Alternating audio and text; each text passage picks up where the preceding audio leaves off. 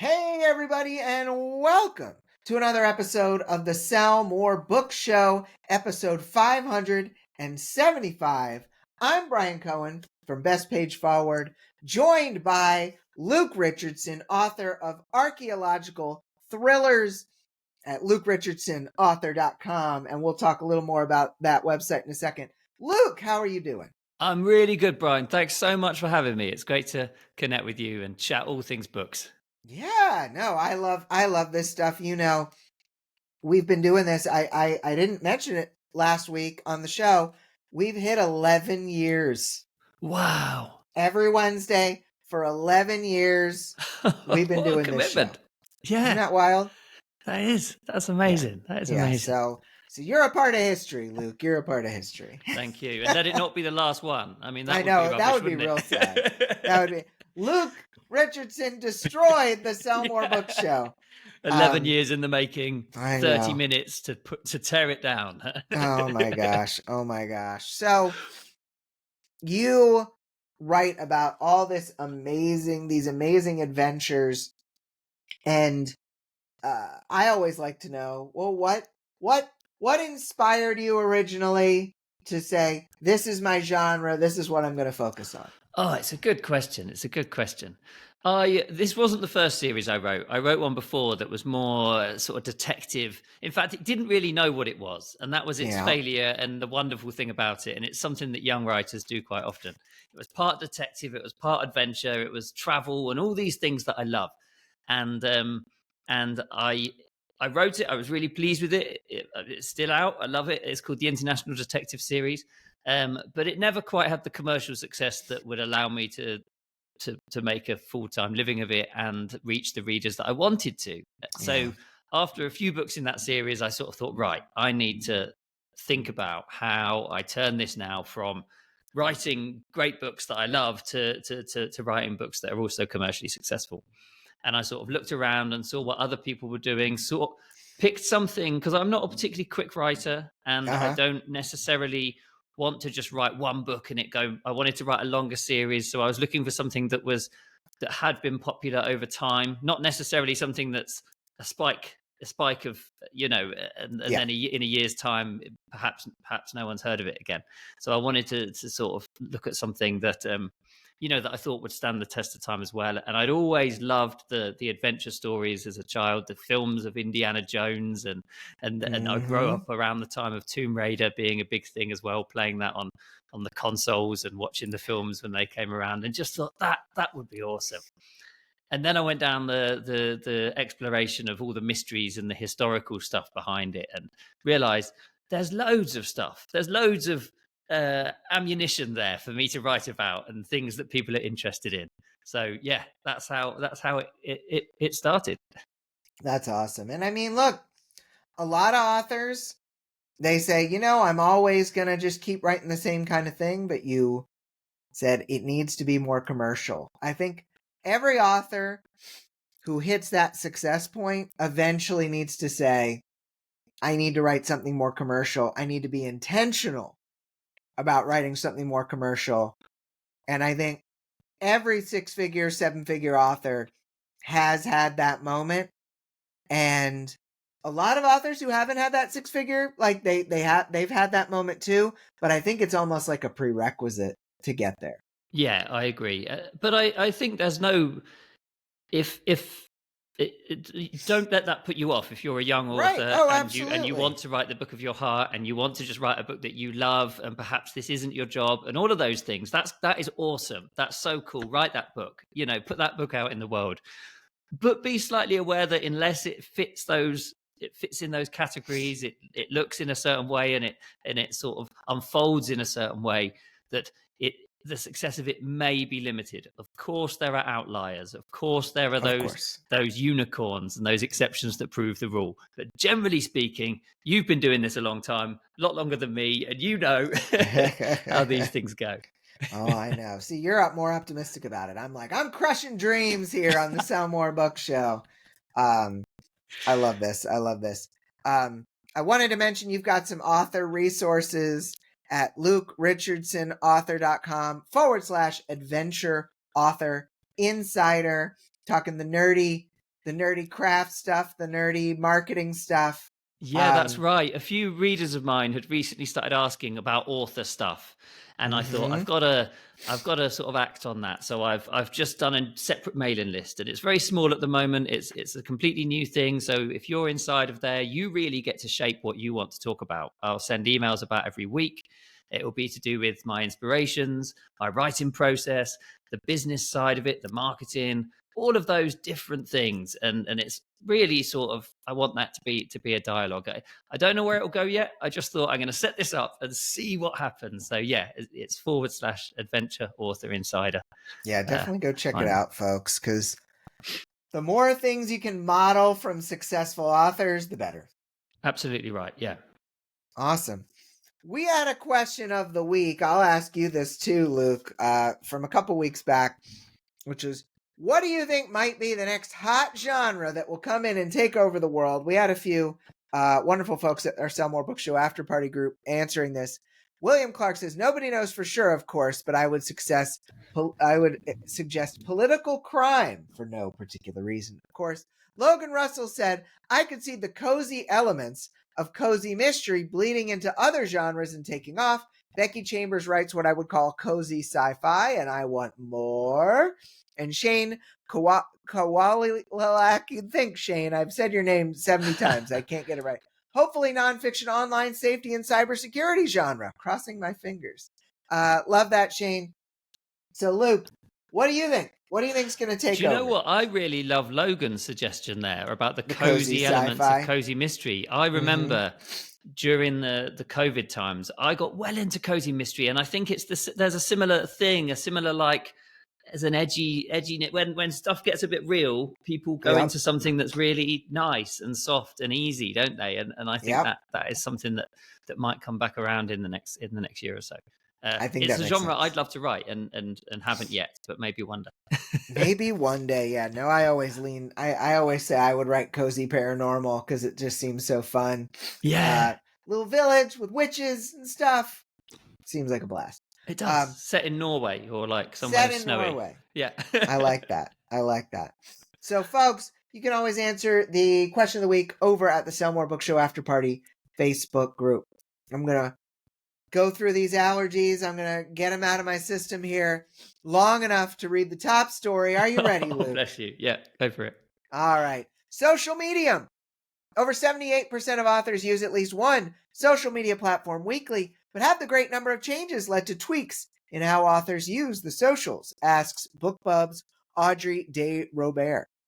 It's probably no surprise to hear that Facebook and Instagram are the most used platforms, although many authors said they plan to ramp up on other platforms like Blue Sky, which is already the third most used platform, singled out more often. Authors also reported plans to focus on more video this year, specifically on YouTube and TikTok. Not all authors are alike, of course, and it turns out that genre matters with social media. Facebook and Instagram are the most popular across genres. Then things split off. Blue Sky, popular with sci-fi, horror, literary fiction. TikTok, YA, romance, crime fiction. But jumping platforms is not easy. Quote, I know people who've left the big platforms, says Joanna Penn on a recent podcast episode, only to find out that Blue Sky or Threads don't serve the same purpose. You can't just port over to a new platform and expect that things will be the same, end quote.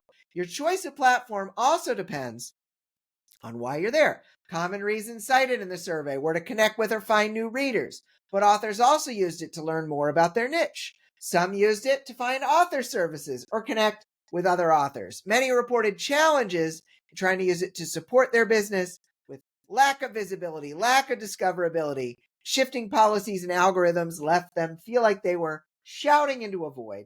Time can be an issue as well, with more than 90% spending at least a few hours a month creating posts, which is a tough investment to make when you have to write the books as well.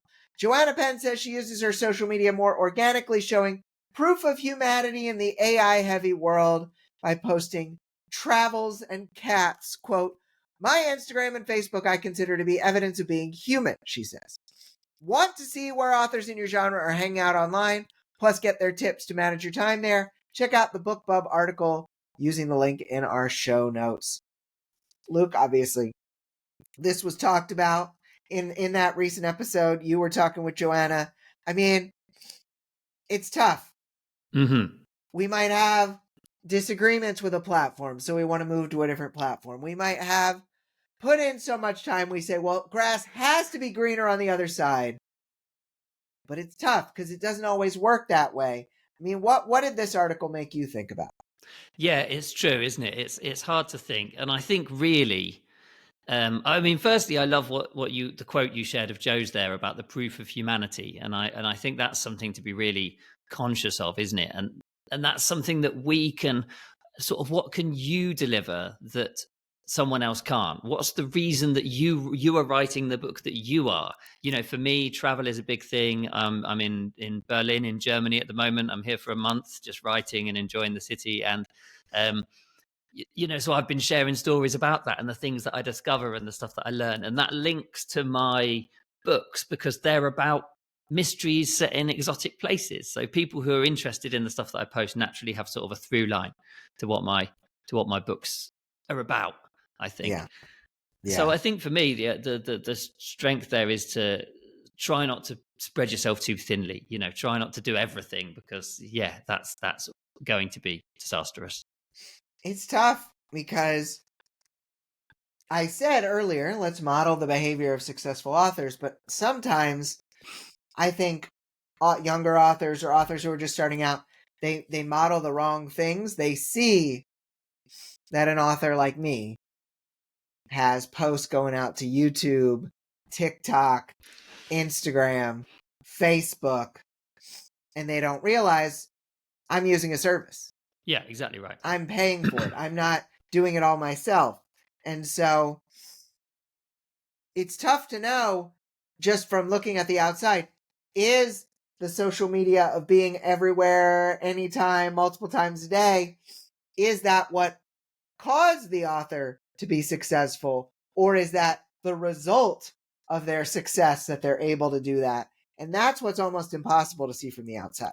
Yes, that's true. And actually, that's a challenge yourself as the author, isn't it? Because you probably don't know where your success, whether it comes from the YouTube or the TikTok or the Yep. Facebook. Yes, of course, you see those that really sort of frivolous metric of the number of views, but is Yep. that viewed by people that are in any way interested, or do they just, you know, have you said something funny, or has your guest said something funny? I don't know. Like, you can never tell, Exactly. can you?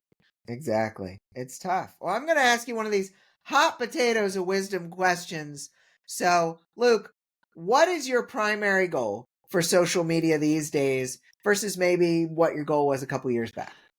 So I definitely fell into that trap you've described of the new author trying to post everywhere, doing loads of stuff, and just getting completely overwhelmed by it, you know, and then doing very little. So I have done that. I don't do that now. I post on Facebook, but I have someone that helps me with that. So I create the posts, and we have a big list of 150 posts and videos and whatever, and they just post on rotation over the course of time. So for me, it was every month or 2 months, I just sit down and write another 20 and add them to the thing, and they go in the Yeah. hopper, and through they go. And funnily enough, quite often we find that they don't take off until the second or third posting. So do you know that idea of only posting something once is nonsense, because Yeah. the first Yeah. posting goes nowhere. It's the third or fourth one where 20,000 people see it, or whatever it might be. Every time. A Yeah. PR person told me about that once. And just like, you know, you get an interview on a TV show. It's not the TV show's job to promote you. It's you promoting that TV show like 15 times over the next year. That is the value of that. Yeah, that's probably true. Yeah, exactly. And for me, the idea of the post is not. I rarely, and I don't know what your take on this is. I rarely Yeah. even mention books in the post. Mm. I don't even talk about books, or there's no call to action. There's no salesy thing. It's really like, here's a really interesting thing about ancient Egypt. You know, here's a fascinating. Did you know they've discovered this temple in the jungle, in the Amazon jungle? You know, Yeah. so all Yeah. of these little things that I find really fascinating and that intrigue me as a But writer. it ties into your brand. Exactly right. It Yeah. ties into your brand. If you were doing that, but you were posting cat videos, it's not going to sell your archaeological thrillers. But because it's archaeological information, it has the ability to still get people interested. Yeah, and there are, of course, people who watch that who will never read a book, and that's fine. Right. That doesn't matter. They're welcome to watch that and leave comments on that or share that or whatever they want to do. Yeah, exactly. You've got a question for me and the hot I potatoes of have. wisdom. I have, yes. So, interesting question. I suppose it's similar to one that I've just done. Is that how has your social media use changed for 2025? So I've been all over the map, kind of like you mentioned, Luke. Just like I used to try, like I was like, I'm gonna post on TikTok every day, and I would do it for like 60 days, and then I'd be like, this doesn't seem to be working, and then I'd stop for 3 months, and then I'd start back over again. So I decided, I'm gonna hire a service, and so I've got this service. It's great. I record the stuff. They find like B-roll things, they react things. Like I just record myself. They do all the work. Now I'm paying a pretty penny for it, but I'm trying to think of the long term. Like I have already built like a really good email list, and I want to continue to build that. But there's only so many people I'm connecting with on social media, so I'm going to be using advertising, all sorts of things. Build up my Instagram to get 10,000, 20,000 people on there, maybe even 100,000 in the future. That's probably not happening during 2025. But like, I have a very intentional goal with it because I'm going to be bringing more people into like, we're finally making our ad challenge evergreen. It's going to cost a little bit of money, but it's going to be evergreen instead of me having to do the song and dance for 2 straight weeks every quarter. People can jump into it whenever. But I want to be able to find people and not just pay money for it. And so that's going to require building up the social media. So I'm using the social media as a means to an end to get more people to find out about the things that I do. Yeah, that's interesting, isn't it? And I suppose the key point there is you're not saying I put that post up and they buy the thing. That it's not an No. A to B thing. It's a I put this up and then they hear about me and then I put something else up and they notice that too and then they get subscribed to the newsletter and then they might buy my book that costs £3 and then they might do that and right at the end you're selling them something, a few books or a course or whatever it might be. Exactly. Yeah, it's very much the 7 touch points situation. Definitely not A to B. A to B is tough. Yeah. A to B is very tough. Look, the magical time has come. I'm ready for this. A lightningy, thundery sound for the lightning round. I'll let you have it. Go for it. Ooh, that's good. That's good. I felt a little shook. Yes. So Luke, recent social media story. There's a video, little girl going up to a lonely author at a signing, goes mega viral, hits 80 million views on TikTok, and sends that book, which was a nonfiction self-help kind of book, into the top 10 on Amazon charts, which means it probably sold 5,000 copies or more from that viral video. I mean, is there a way we can manufacture something like this, or is it always going to be random? Right. A couple of things on this is what, in my opinion, my humble and self-invented opinion, is firstly, like, is that author still number 10, or are they still in the top 10? And I'd argue perhaps not. I think that might have just been a lightning strike, as we've just described. Right. Secondly, from that, I think more in social media and in everything actually that's worth doing is that like consistency trumps luck and that moment. So and actually you can see this really well on your Facebook ads, not Facebook ads, but your Facebook what's it called, the Creator Studio dashboard. It will tell you there over a 28-day period how many impressions you've had on your Facebook posts. And actually some of the months where I've had the highest videos have not been the highest overall. The highest views have not been the highest overall. And actually, it's all of those other ones that have had 500, 1,000, 1,500, 200, whatever, that all add up to create quite an impressive number. And I think for me, that is a more important metric to be following. Oh, that makes such good sense. Such good sense. you've got a question for me. I'm ready. I do. Yes. So, with so many platforms being pay to play, does organic social media, like we're talking about, play a part in paid advertising? I've been doing a lot of ads. I've been doing ads for years. I go on vacations from all the credit card points I've got from all those ads. Thank you to triple and quadruple point things out of Chase and American Express. But a lot of ads. And towards the end of last year, I said, it's fine to do these ads, but let's connect with people on my social media. And I said, hey, you want to get coaching for me? Hey, you want me to run your Amazon ads? And I start putting it out more. I think that's actually one of the ways we connected too. Yeah, I think But it is. and I just put it out on social media, not paid, not any dollar amount to it. And I put that out and it led to results. It led to people coming and working with me in coaching, working with our company, Author Ad Agency, in the agency. And I said, okay, well, what if I take the lessons I've learned from organic and use that on paid? And I've seen authors do this in fiction as well. Their best reels, their best posts, their best whatever, and use those as ads. And so I took one of my best posts, regular organic posts, I turned it into an ad to try to find me new agency people. And this is, superstars like you, my friend, who earn a lot of money from their books. And I found like 3 new people, spent $30, made a lot more than $30. And it was because I used what I'd learned from the organic to work in the paid. And so I do think they both play a role to help you get the most out of both.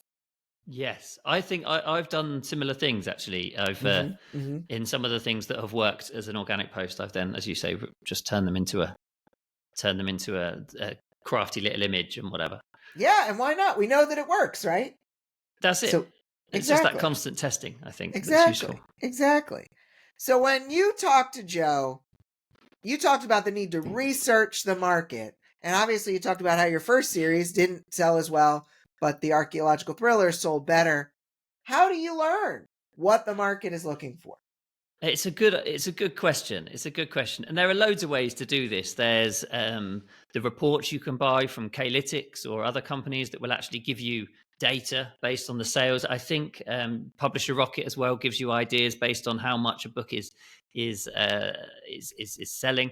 But the best thing I've found to do is just really spend time on Amazon. Like I sell most of my books on Amazon, and I spend a lot of time, probably as you do, Brian, just on the store, looking at the sales ranks, the numbers of reviews compared to how long a book's been out, what people are talking about in the reviews of those top books, and not just ones in my genre, but across the board, in the top 10, in the top 100, how many are self-published compared to how many are traditionally published, how many are new, how many are books like classics that have been recovered in some way. And in this way, I think you get to see what people are actually sort of voting for with their money. It's all very well to see what people say, but what they might say, but actually what they're spending money on is the most important thing, right? Yeah. And I enjoyed actually. I listened to one of your episodes from last week with Katie Archer, and she said she talked about writing, not necessarily writing to market, but choosing the idea that you love based on what you see the market being like. Because we've all got loads of ideas. Ideas are quite easy to come by. You walk to the shop and you come up with another 3 for a novel series. Yep. And you see what that Amazon top 100 is saying, where that's looking good, where that's interesting, where those outliers might be. And then from there you can sort of pick your approach, I suppose. Absolutely. And look at you doing your homework ahead of this episode. Absolutely. Good work. Absolutely. Good work. All right, you got a question for me. I have. So, how do you balance the need to do research with all the other things that an author career requires? I've been talking with a couple coaching students in my Pathfinders group about this. One even just emailed me. Look, she said, I know I need to do research. I know I've got to do the learning. I know I've got to do the writing. How should I balance it? And I say, look, real easy, 80-20 rule. 80% of the time needs to be spent writing. You need to be writing. If you're not creating, you're not putting out another book, you are not going to be able to sell more books. Mm. Every author who is having great success has more books. And so, because I had talked to this author a couple months back, and she said, well, I can only write one chapter a week because I'm spending all this time learning my social media. I'm learning the ads. I'm learning it's like, cut it all out, get back to 80% writing, and then that remaining 20% spend 10% learning, 10% researching. And I think that that's going to be the right ratio for most people. Maybe if you're very early in your career, you need to lean a little more research in there, but you still need to write, because the only way, look, 10,000 hour rule, 10,000 hours, Malcolm Gladwell said, of deliberate practice, which means you're at the edge of your comfort zone, not just like doop-a-doop-a-doo, edge of your comfort zone. It needs to be kind of hard. 10,000 hours of that, millions of words, will eventually get you to the point where you're crushing it. But you need to spend that time to become that good at your craft. Yeah, that's true. That's true. I do wonder, though, to sort of push against that you in a very please push. slight I'm ready. way.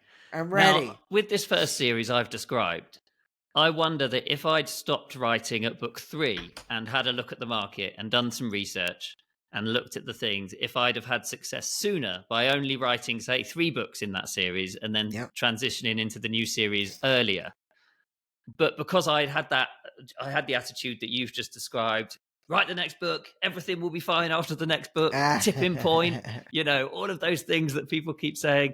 And I wonder whether I got there in the end. It didn't matter. It probably took me a year or so longer. But yeah, I just bear that in mind now. I think the 10% of research would have gotten you there, though. That's probably true. If you had the research always as a part. Because I think a lot of authors who are in the situation you describe, they're not doing any research on the market. True. They're doing 0% research, 50% shiny object, and then 50% writing. That's true. And maybe more like 80% shiny object, 20% writing. Yeah. And I think you're absolutely right. I think there's an element to community there as well, because if I'd have known someone at that point, like yourself, who, I'd been in one of your mastermind groups or whatever, and you turn around to me and said, look, Luke, this series, you've done 3 books. It's clearly not a goer. Sorry to tell you this, but, let's try something else. Yeah. Actually, that would have been really useful, but then I didn't know what I didn't know, and that's the way. I'm trying to connect with everybody, so I'm trying to spread the good word. We're here 11 years, but good points. Absolutely, having someone to talk to who knows their stuff is helpful. Final question in the lightning round, Luke. How do you keep a trope from becoming a cliche? Oh, it's a good question, this. I had to really think about it. And I heard this quote a while ago, that great writing should be surprising and yet inevitable. Ooh, and I love that, because it's the idea that actually, in a way, it is a cliche, because we know what's going to happen. We know how that story is going to end, because it follows the path of the way stories are. But I suppose our skill is to build it in such a way that that people are just enjoying the ride anyway, right? They're loving spending time with those characters and getting to know them. They're loving the adventure and the exotic and interesting places they're going. They're loving learning something new or experience something that they couldn't do in whatever situation they're in. And I suppose for me, that's the way that you do that. Oh, I love that. Can I make a suggestion for our question of the week? Yeah. Can our question of the week be, what does this quote mean to you? Great writing is surprising but inevitable. Yes. Love it. Because I had not heard that quote, and that is awesome. So we're going to make that the question of the week. I was inspired. Of course I'm inspired by you, my friend. You've got so much inspiration here. So y'all, you can answer that question of the week. What does this quote mean to you? Great writing is surprising but inevitable. You can answer that in the Sell More Books Show After Party Facebook group or at sellmorebookshow.com. Everyone should go check out Luke's resources at lukerichardsonauthor.com/adventure author insider. Luke, it was so awesome to have you here, and we're going to have you again, so I'm so glad. But thank you for being here today. Thank you. It's been great. Awesome. And, go check out Luke's stuff. Go get inspired. Go read his archaeological thriller books, too, because those are a lot of fun. Awesome. Well, for Luke, I'm Brian. Have a great week of book selling, everybody. And we will be back next week with episode 576. Bye.